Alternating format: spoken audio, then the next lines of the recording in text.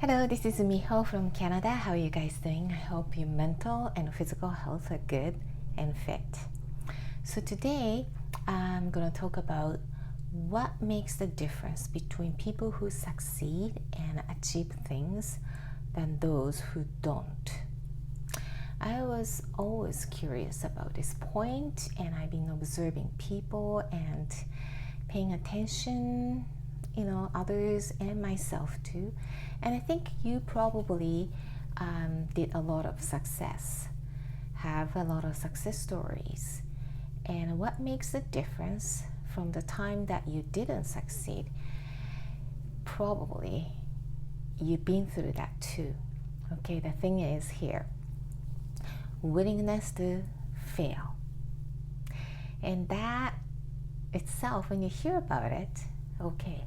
But when you put yourself into that situation where at the edge, you totally might destroy what you've been built so far, or finance, or family, all the responsibilities, but you might have to take a chance and you might fail, like you're so scared because you don't know, right?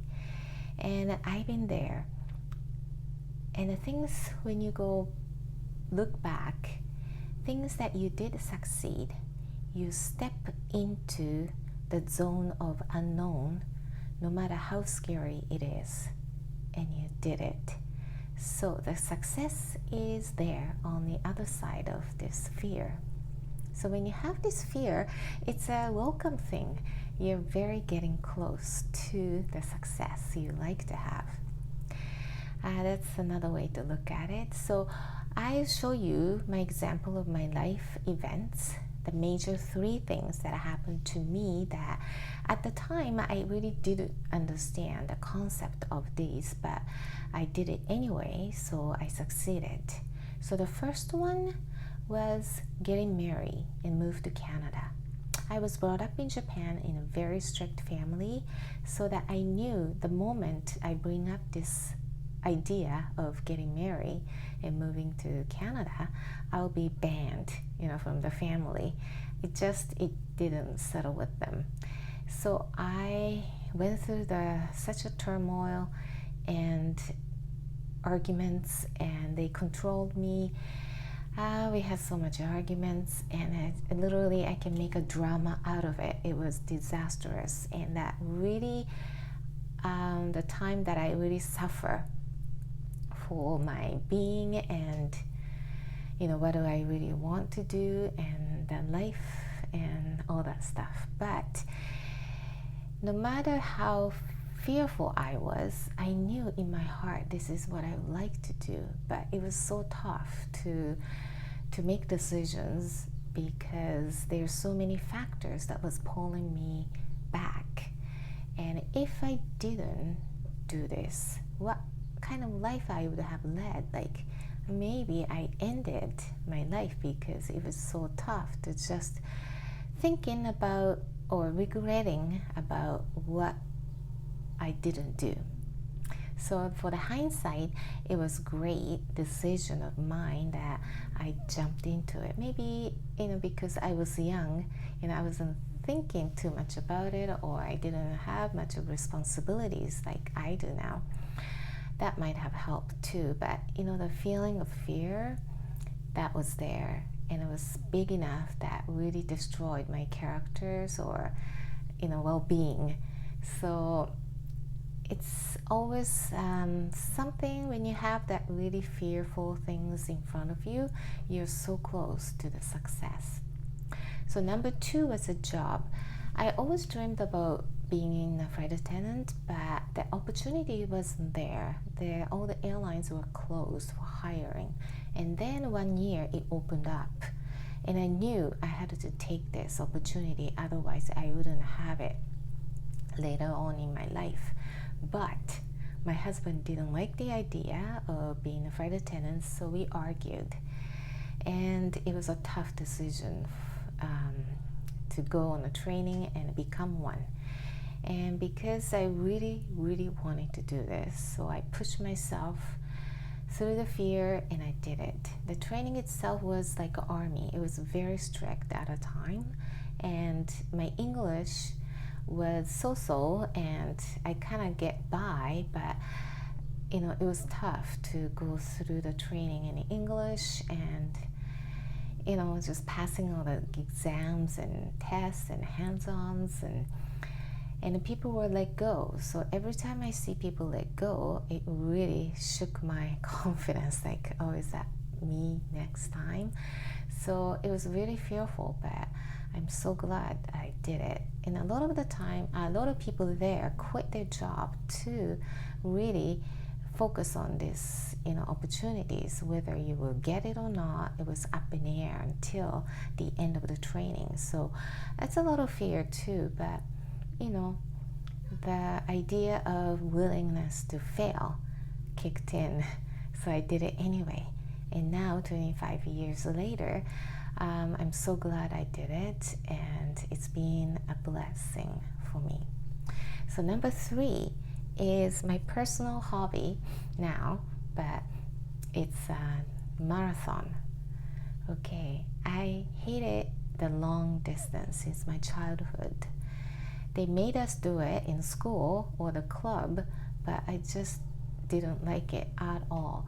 Maybe the longest they ever made me to do it, it was 4 kilometers or maybe 5. That was it. And the marathon is like 42.2 kilometers or 26.2 miles. It's a huge, difference there. I didn't even know what the 42 kilometers look like. And humanly impossible to run a marathon. But I gave it a shot. I trained myself, and I had no idea what to expect. And I was so scared the day before the race because I didn't know what to expect, and I have so many millions of thoughts about what if I fail, what if I look stupid, what if I collapse, what if this. But I did it anyway. I felt terrible, at the same time great. So that's another fear that I had, but I went through it. So when you look back your life, you might have things that similar to those, and you might be facing something really big now, maybe financially, maybe life change, your partner, or something big in an event. And the moving is as well too, like we had that too. That was a big event too. I didn't mention it, but now I'm thinking that was a big decision of the fear too at first. Anything unknown brings this fear, because we just don't know what to expect. You might fail, you might succeed. At that moment you have no idea. That brings the fear. But success is waiting on the other side of this fear. So if everybody does it, everybody will succeed, right? But people don't, because of this big gap. Some people think about it but don't do it. Some people don't even go near it. They like to be in a comfortable zone, which is so true. Like, we like to be comfortable. We like to know where things are, right? But to get out of that comfy zone is the place where you have the new opportunities and success. And, a great person told me that be comfortable or become comfortable of being uncomfortable. That's the key, that you will shift yourself to the next level, because everything is new.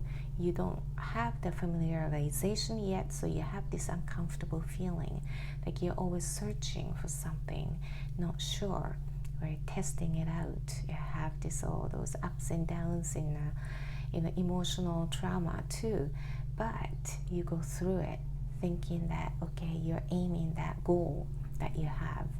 So that makes you stronger and smarter, and a lot of people get through that way to the other side, that success. And success itself has a different term for different people. So you do your things in your own term.